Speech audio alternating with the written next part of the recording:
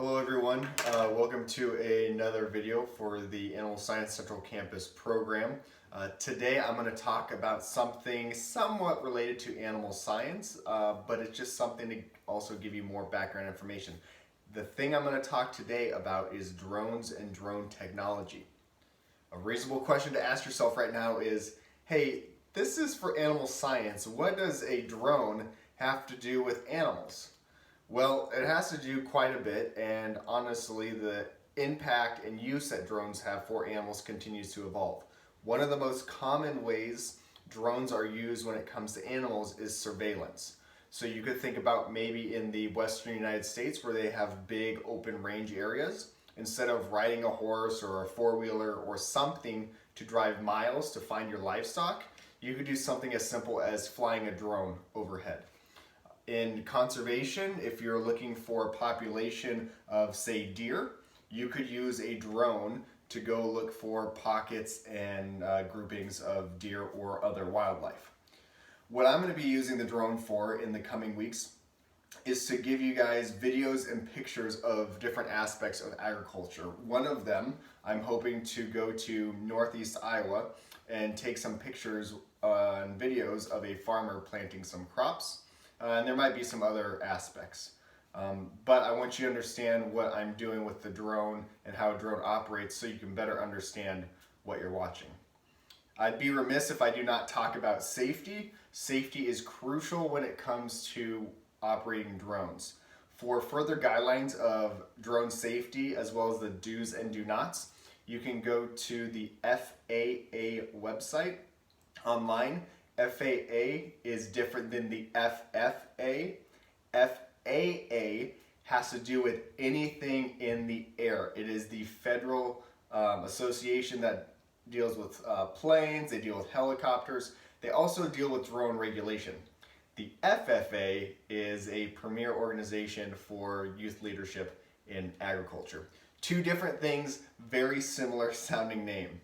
All right. With that aside, I'm going to start talking about the drone that I'll be using.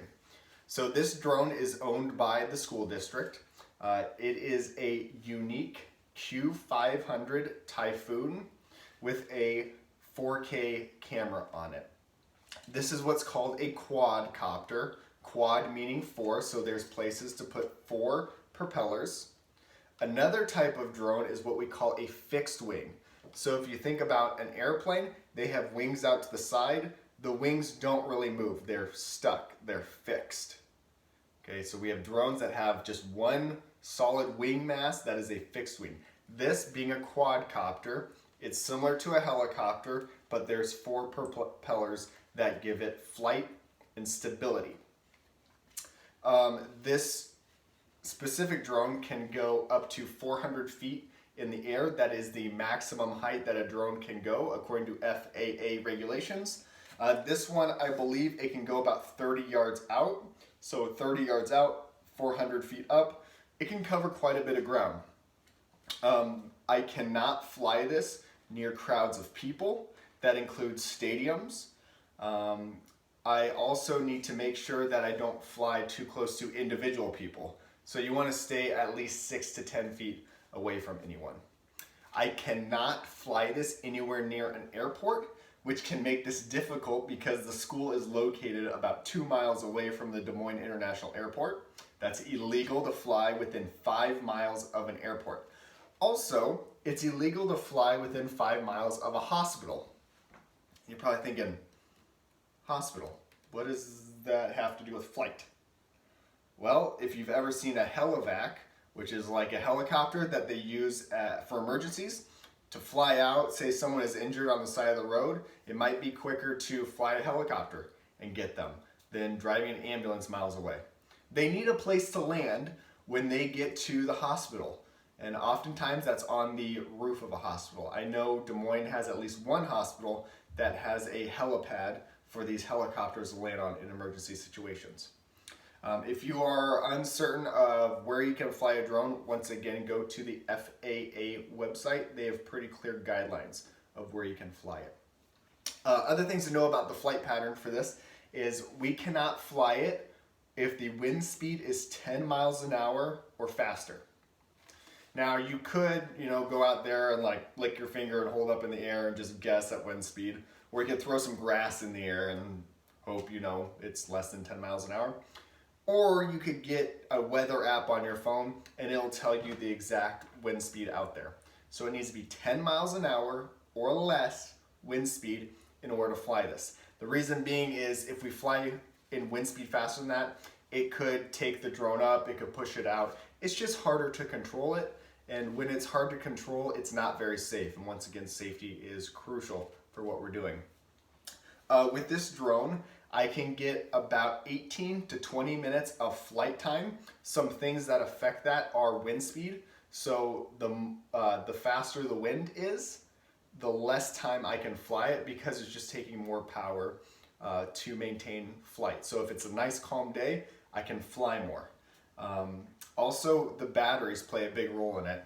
So these are batteries that I got last year, and this is the one that came with this drone 3 years ago when the school purchased it. They're the same size battery, they have the same amount of energy, but this one being a little bit older, batteries wear out over time. And so if I'm flying with this, I know that I have less flight time. You're probably wondering, okay, I have less than 20 minutes. Do I have to start a timer when I fly a drone? On this drone, it actually has a timer for you. It'll tell you battery life. Similar to your cell phone, it'll keep a tally, maybe you're at 70%, 30% or lower. Your phone tells you that. This drone does the exact same thing on the remote control. It'll also tell you how many satellites are connected. You need a minimum of 3 satellites in order to connect. There's hundreds of satellites in the air, by the way. Let's see, what else do you need? So you need power, you need satellites, and it'll also tell you your altitude, so how high or how low you are. And there's also a camera interface on it. I'll show you the remote control. It's got an Android interface. You can buy some drones like the DJI Phantom. That has a remote, and then you can connect your phone to it. This one, I got this one simply because it has the screen built into it. You wouldn't have to use an extra cell phone to run it. Other things you should know about the drone is its picture quality and its video quality. So this has a 4K camera. What's different about the 4K camera from the previous Yuneec Q500 is the fact that when you take a picture with this camera, the horizon is flat. Now if you're thinking to yourself, Mr. Anderson, the world's round. You are correct. You are correct. The world is not flat. But when you take a picture, say you go outside with your phone and you take a picture of the horizon, it'll come out flat. On the previous drone, the horizon would come out at an angle. It would truly take a picture with the curvature of the Earth. This, however, has a better camera quality and it takes out that curvature of the Earth and it comes up flat, like what you would see on your phone.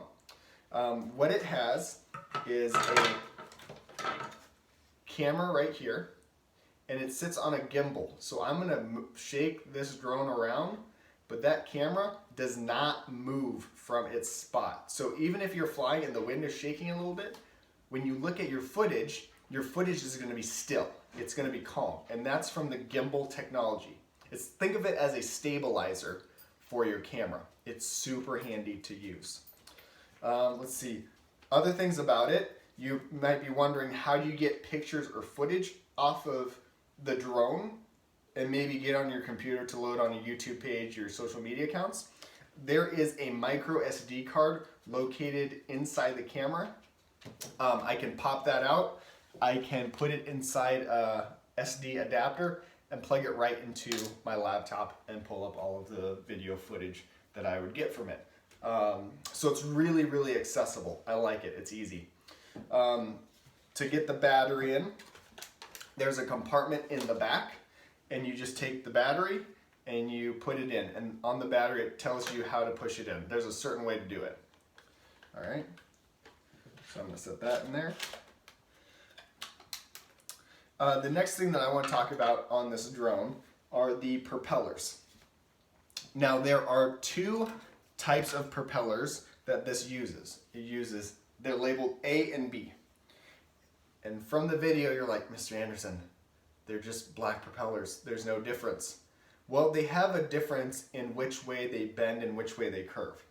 The reason for that is if we had all propellers with the same bend, same angle, and spinning the same direction, we would have no lift. The drone would not leave the ground. But by having multiple types of propellers and spinning in different directions, that's how we create lift, stability, and how it can move around. And so to do that, all you need to do is look on the propeller to find where the A is on it, and then you find the part that is also labeled A here on the drone, and it shows you on the propeller which direction to spin it to loosen it or tighten. And you want them to be finger tight.